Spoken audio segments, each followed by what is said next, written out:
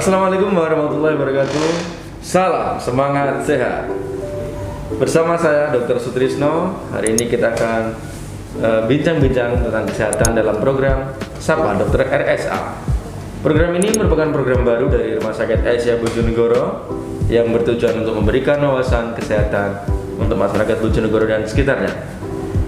Sahabat RSA, siang ini kita akan berbincang-bincang tentang kesehatan dengan tema mimisan. Apa itu mimisan dan bagaimana penanganannya? Kita akan berbincang-bincang dengan tamu kita kali ini, Dr. Ridwan Indiana, spesialis TKL. Assalamualaikum dokter. Waalaikumsalam warahmatullahi wabarakatuh. Bagaimana kabarnya dokter? Alhamdulillah, tetap sehat dan harus tetap semangat. Alhamdulillah, tetap sehat, tetap semangat. Jadi meskipun dalam kondisi pandemi ya, kita harus tetap semangat. Pada siang hari ini kita mau berbincang-bincang tentang mimisan dokter. Jadi banyak masyarakat di luar sana itu kita belum tahu mimisan itu sebenarnya yang seperti apa sih dok? Ya, baik. Jadi dalam arti orang awam sebut sebagai mimisan atau dalam istilah medis disebut sebagai epistaxis. Pada dasarnya adalah suatu perdefinisi, itu adalah keluarnya darah daripada kedua lubang hidung kita. Nah, itu disebut dengan mimisan. Ada berbagai pembagian dalam mimisan ini atau epistaxis ini. Jadi apakah dia terjadi spontan atau karena rangsangan? Kemudian di mana lokasinya? Apakah dari hidung bagian depan atau kan belakang? Ataukah terjadinya secara sistemik atau sesuatu dalam tubuh kita atau hanya secara lokal di bagian hidung saja? Jadi begitu dok ya. Jadi harus dari lubang hidung dok ya, nggak boleh lubang yang lain ya.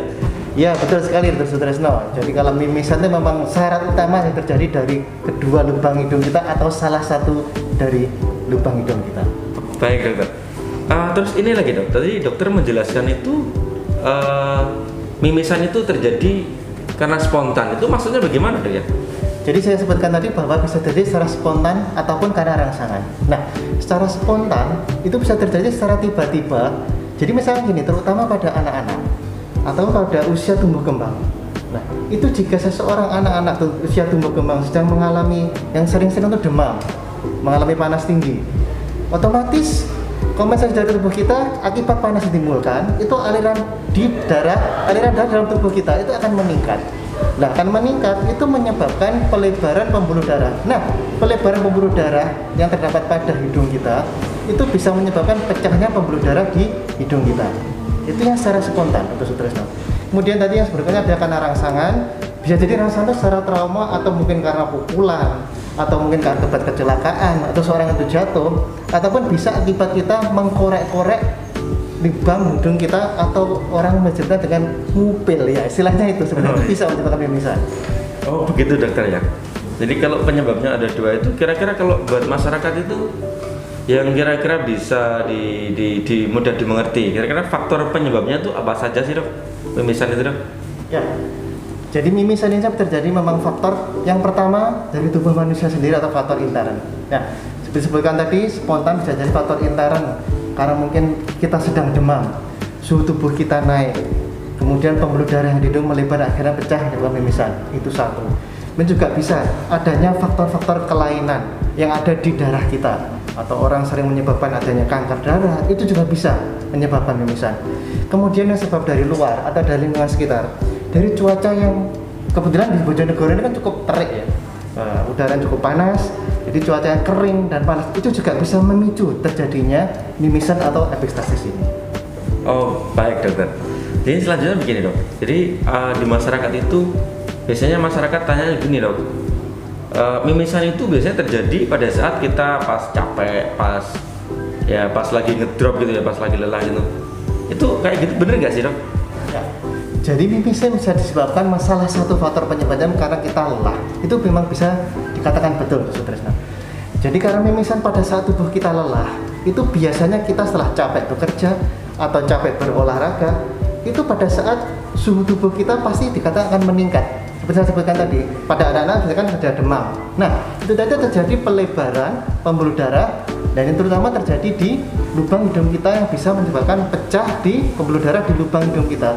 Itulah bisa menyebabkan mimisan pada saat kita capek atau lelah. Tapi jangan lupa terus Mimisan selain kita saat capek atau lelah, itu bisa terjadi juga pada orang dengan mempunyai riwayat hipertensi atau darah tinggi. Ini harus menjadi catatan penting ya, harus diperhatikan.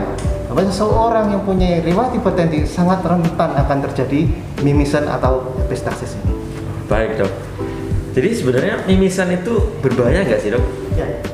Jadi mimisannya memang bisa dikatakan berbahaya atau bisa dikatakan tidak berbahaya ya. Jadi tergantung nanti mimisannya seperti apa. Ya, mimisannya kalau memang terjadi secara terus-menerus, darahnya keluar terlalu banyak, menyebabkan seseorang bisa kekurangan darah, kondisinya bisa turun. Ataupun hanya mimisan yang terjadi seketika itu dan akan berhenti dengan sendirinya. Itu bisa ditangani dengan baik. Baik, jadi penanganan yang baik untuk mimisan itu bagaimana dok ya? Karena sahabat-sahabat RSA yang sedang menyimak ini pasti ingin tahu bagaimana penanganan mimisan itu saat di rumah mungkin atau di tempat umum. Jadi penanganan untuk kasus mimisan atau epistaxis ini, jika kita sedang di rumah atau di tempat umum, pertama kita tentukan dulu. Jika seorang mimisan, misalkan dia sedang berdiri atau sedang berlari, usahakan istirahat dulu.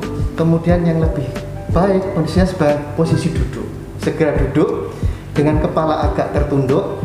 Kita segera jepit lubang hidung kita, salah satu atau kedua-duanya, menjepit hidung kita dengan harapan dengan menjepit lubang hidung kita, maka pembuluh darah yang pecah di lubang hidung tersebut akan tertahan dan akan mimisan terjadi akan berhenti dengan sendirinya.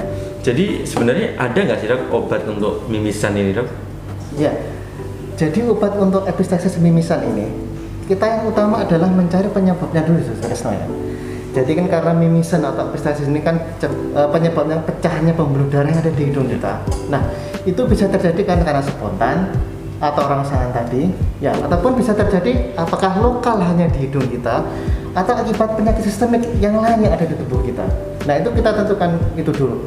Jadi misalkan dengan tindakan pertama dengan menjepit hidung kita, bahkan satu sisi atau dua sisi, kemudian kita kompres dingin, itu kita tunggu 2-10 menit, mimisan tersebut tidak berhenti, sebaiknya segera dibawa ke fasilitas pelayanan kesehatan utama, baik di puskesmas ataupun bisa dibawa periksa ke dokter umum, ataupun yang lebih spesialistik lagi dibawa ke dokter THPKL. Atau bisa ke Rumah Sakit Aisyah Bojonegoro dok ya? Iya, betul sekali, sahabat RSA. Jadi untuk penanganan epistaxis mimisan bisa langsung datang ke Poli THPKL Rumah Sakit Aisyah Bojonegoro. Oh ya dok, tadi dokter kan sempat menyebutkan bahwa ternyata mimisan itu nggak hanya lokal di hidung kita dok ya, ada juga penyakit-penyakit tertentu yang sistemik katanya, yang seluruh tubuh.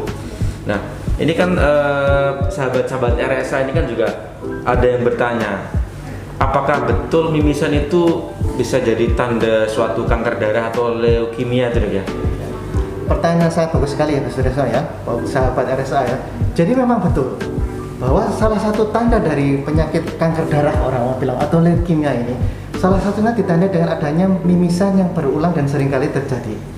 Ya, jika hal itu seringkali terjadi kemudian berulang, entah itu berhenti dengan sendirinya ataukah harus dengan pertolongan pertama seperti saya sebutkan tadi baru berhenti mimisannya, sebaiknya penderita tersebut segera dibawa ke periksa dan kita melakukan pemeriksaan lebih lanjut untuk menentukan apakah memang betul ini karena penyakit sistemik ataupun karena mungkin penyebab yang lainnya dari mimisan yang berulang ini.